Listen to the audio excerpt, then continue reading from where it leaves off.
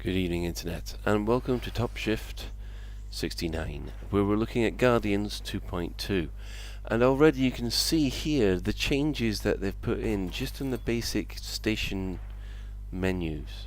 We've got a whole load of stuff for managing ships, we've got new stuff for managing the Galnet, we've got new ways of interacting with the bulletin boards. And here in the shipyard we've got a slight problem. It does seem that some of the ships are not rendering at the moment, but it is a beta and these things do take time to fix. So one of the new features that they've got on this release, and the most controversial in the community so far, has been the ship transfer.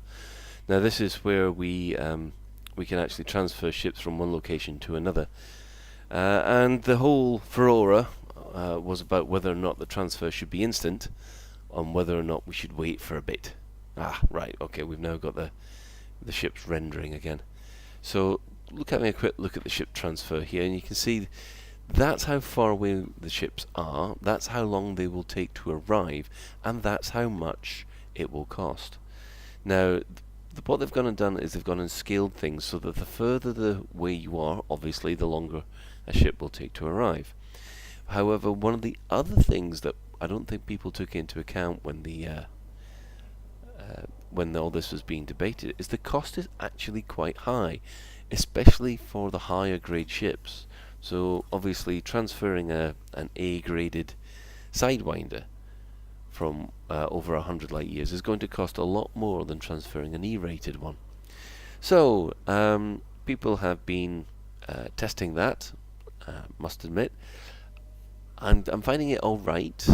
When I do ask for my ship to be transferred, I am having a little bit of trouble, especially if it's a long time waiting for something to do. So, but in the meantime, everything else seems to be about fine.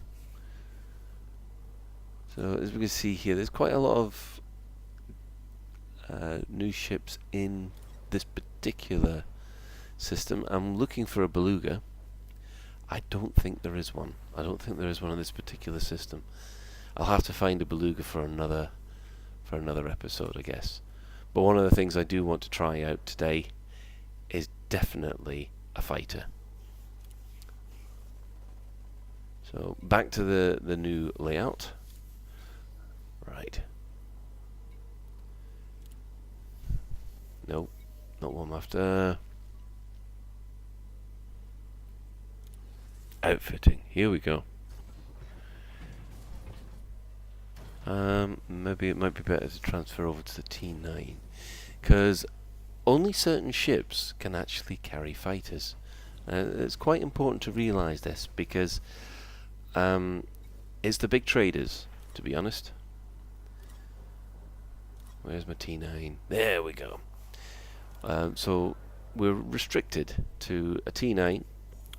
Obviously the big corvette, the big cutter, the federal dropship, the keelback, and the Beluga liner. Those are the only ships that will be allowed to carry fighter bays.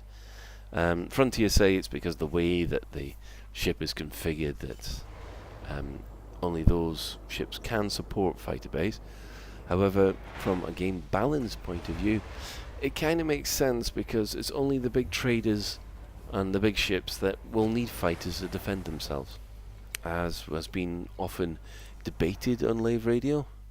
At the moment, if a pirate jumps a trader, the pirate wins. There's no two ways about it.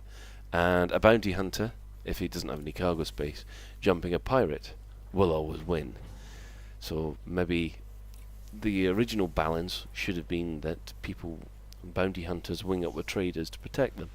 But unfortunately that hasn't happened, and it does seem that, well, everybody was asking for fighters anyway. So there are three types. We have the Taipan, which is a new fighter that's been put into the game. We have the Imperial, what I call the Hunter fighter, and we finally have the Condor, which is the Federal fighter. Depending on which star system you're at, you can have a choice of 2 or maybe I don't think there's anywhere that you can have all three, because obviously the Condor is specifically federal only, and same with the obviously the Hunter being imperial only. So we've got our Hunter here, and each of these have come with their own specific builds. It's a bit like CQC. You can't actually customize your own ship. You've just got a stock build, and you put this in. Now, one of the things that I found interesting about this is you've not got just one fighter. You've got about 8. So you can lose up to 8 fighters before having to have the bay replenished, if you see what I mean. So they're kind of like manned missiles with guns. But at this point, I haven't had a chance to fly one yet. Now this next thing is if you have fighters, you also need crew. There's been a bit of speculation that this is also where 2.3 will come in, or the multiplayer.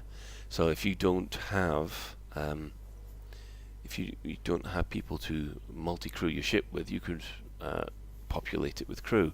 Frontier have denied that that's going to happen at the moment, but the community is speculating quite rampantly about what's going to happen with the new crew.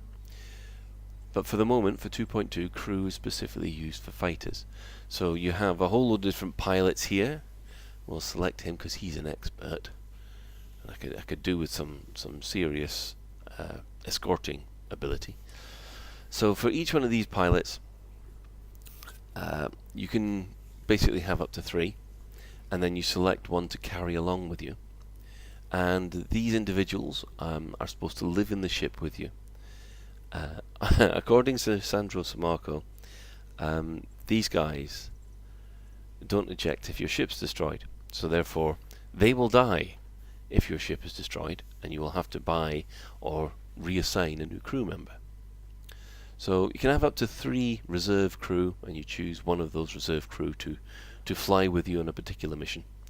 I don't understand how the meta works with the fact that they're always all available, but well.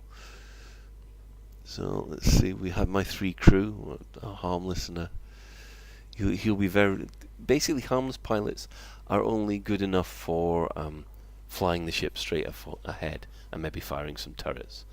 Expert pilots, they're good as escorts, but you can only hire a pilot that's as good as yourself. As you can see, there's a whole load of new Galnet stuff, mostly mentioning the fighters. And one of the things that I have noticed is that the permit for Sirius has been removed. Now that's quite interesting. I might have to fire up the ASP just to see what that's like. Other commanders have already reached Sirius by now, but I've always wanted to see what that system consists of. So we've got a fighter and we've got a crew. So what we'll do is we'll take this a cargo over to Semius, and there's a kind of dead system or an anarchy system halfway between. And at that point, if I'm attacked, then jobs are good and we'll fly around and take it out with the fighter. If not, then we'll just launch the fighter and see what happens. So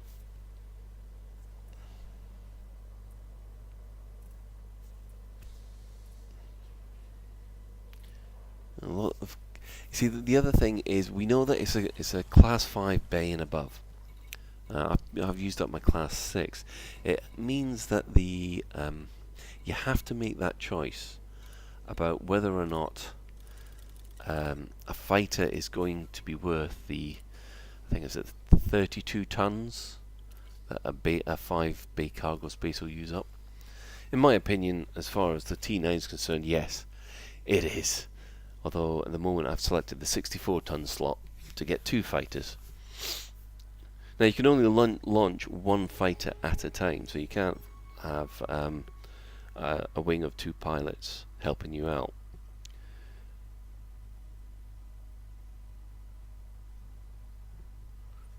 And if you lose the fighter, then you've got to basically, and they've said 3D print the next one.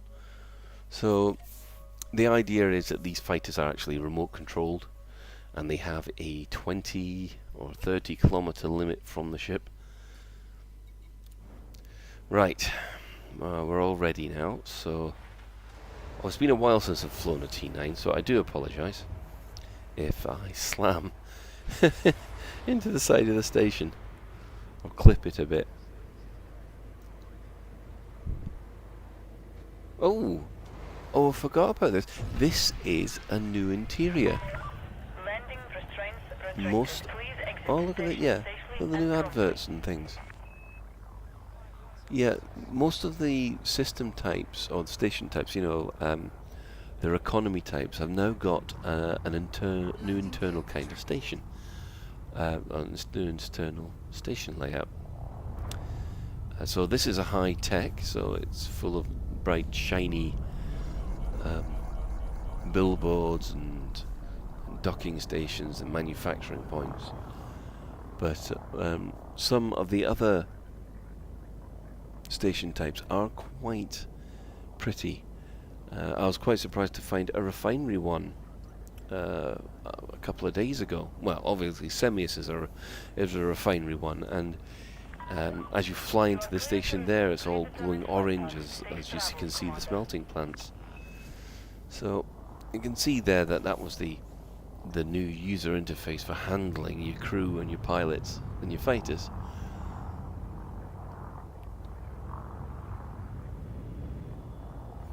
So everything seems ready to go. Frameshift drive charging.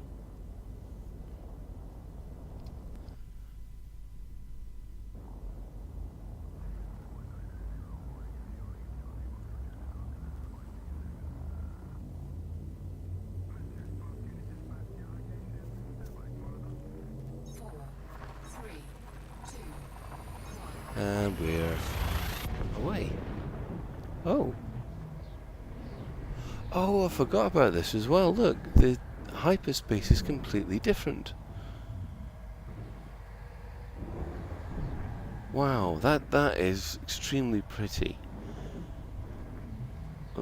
I like this. This is the sun, our destination sun, slowly getting bigger as we approach the end of the hyperspace jump. There we go. That's actually quite nice, that. I do like that improvement.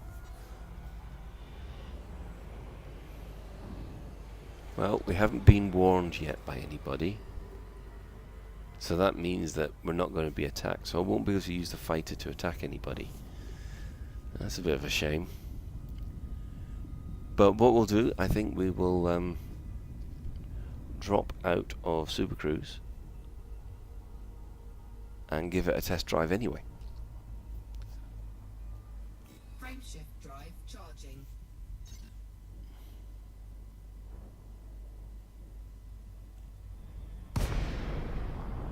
There we go. Now, obviously, you can either have your pilot fly the ship, or you can fly the pilot fly the main mothership, and you fly the fighter, and vice versa. You're all set for deployment, Commander. I'll take care of the mothership. Well, that was nice of him. Okay. Now, this is us remote linking into the fighter. Oh! Oh, that was fast. Oh, I do like this. Just, wow. That was very fast. And there's my T9. All in black. That's one advantage of getting these remote fighters. It's now going to be really easy to see your paint job. Right, so we have various orders that you can give to other pilots. Your pilot. Copy. Holding position. Yeah, excellent. Just tell him to hold. I mean, that's the gimbaled pulse lasers firing. Let's have a quick look. So yeah, what I call them the Hunter. That's what they were there and called on the concept art. And you can see all there is this tiny cockpit, massive engines, and massive guns. So they basically are glass cannons. It does look pretty though. It's very pretty. Right. That is interesting. It does turn slower than CQC. And it accelerates slower as well.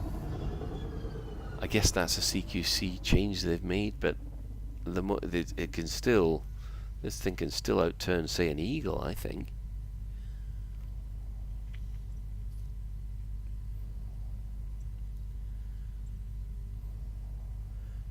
I hope there are hotkeys for this. Slowing Ooh. down for retrieval, Commander. Alright, so you've got a landing area here. Right, slowly bring her in. I'm not going to show what the speed for docking is. Oh, it's very sensitive on the lateral controls here. Fighter docking sequence initiated. Oh, that sounds good. Hopeful.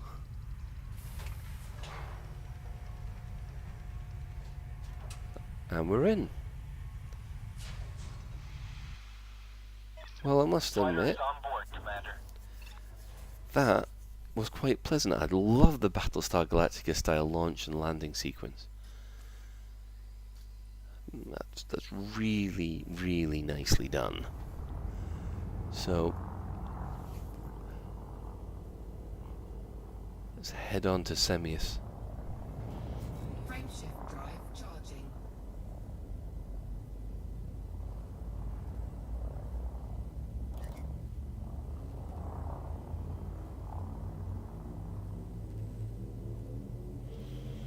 Four, three, two, one.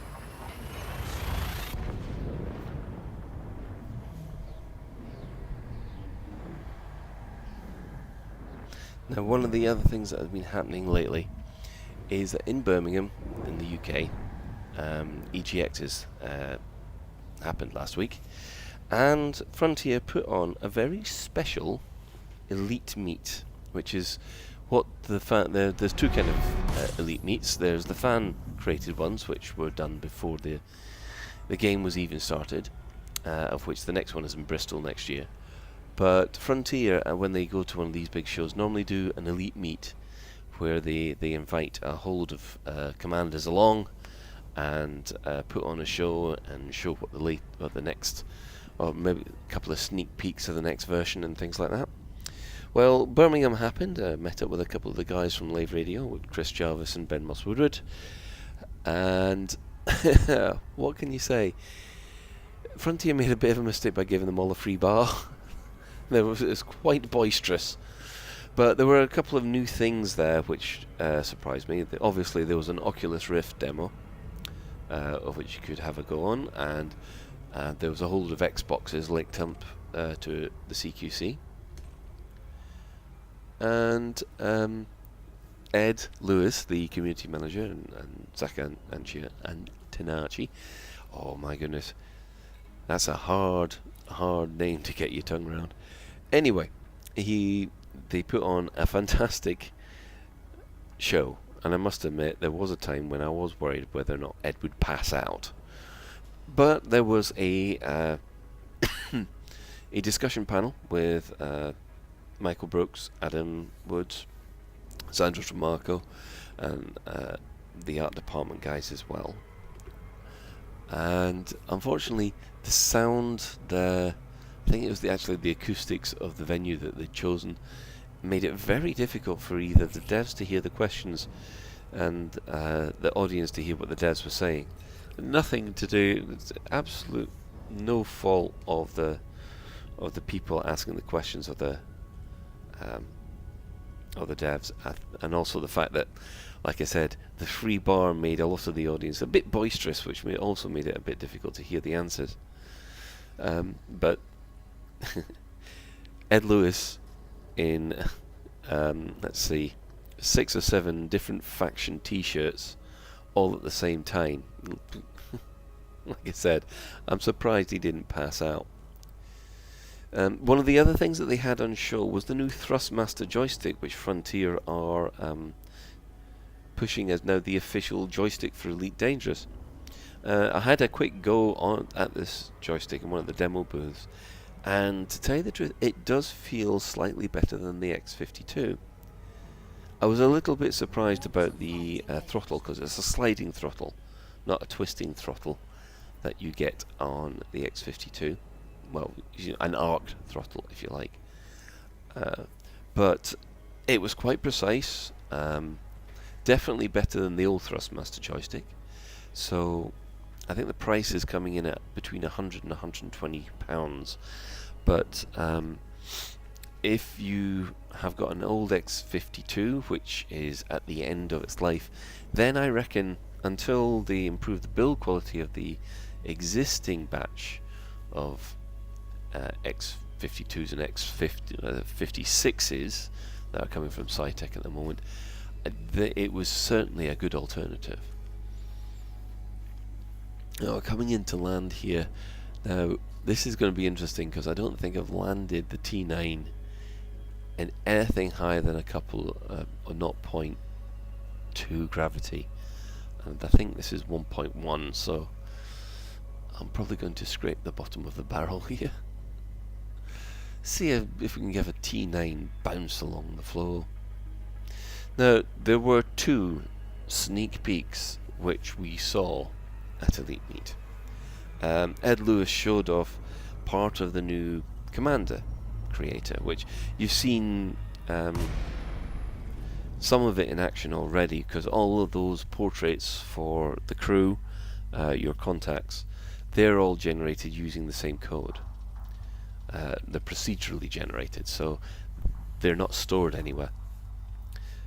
But also that kind of thing also explains why it sometimes takes quite a while for the bulletin board screens to render. But Ed showed off basically some self-portraits of himself using the Commander creator, and I must admit it was quite good. It was good resolution.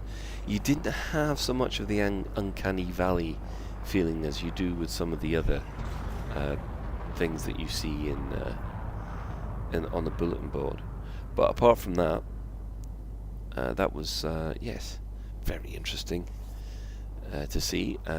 He did say it was a long way off. I mean, we are only in the 2.2 beta. 2.2 isn't even live yet.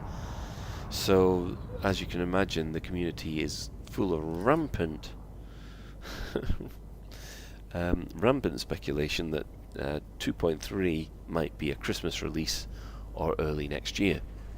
Now, this does show to everybody that this season, the Horizon season, that has not matched a year, because I think we're halfway. We're only getting the second release out of 4, or is it? Yeah, I think it's 4. Even though technically there was 5 last year, we got 2 in one go. So the community has now, I think, finally accepted that the ship, a season isn't going to be more than a year. And you can see why, because when you're actually coding up this stuff, it's going to take quite a while. The more you add to it, the more complexity is put in. So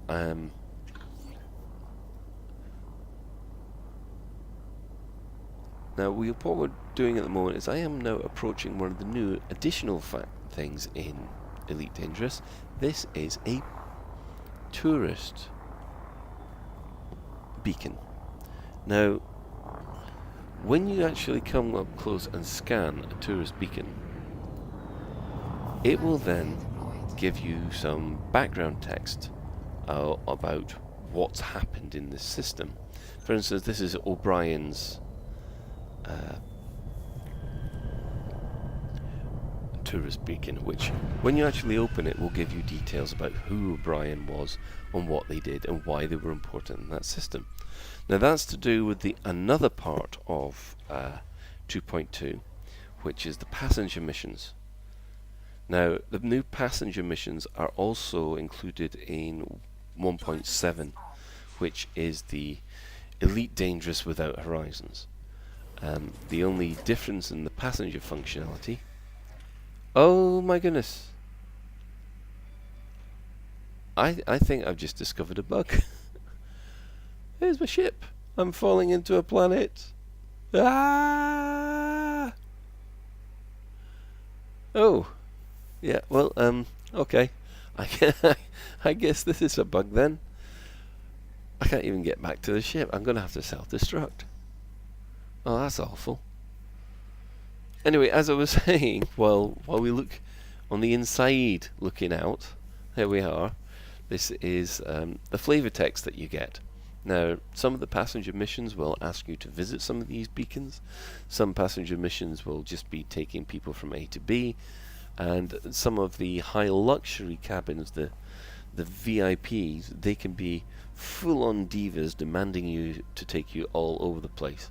And I'll be looking at this at a top shift in the future. But yeah, passenger missions are going to be available in 1.7. However, the big passengers liner, the Beluga, will not be available in 1.7. Oh, here we go, going to blow up. Yeah, but you do have the Orca, so you're able to outfit an Orca with a whole load of cabins that you'll be able to take people about in. So it does seem that 2.2 in Guardians has fighters and the Beluga, while and all the oh, here we go, boom.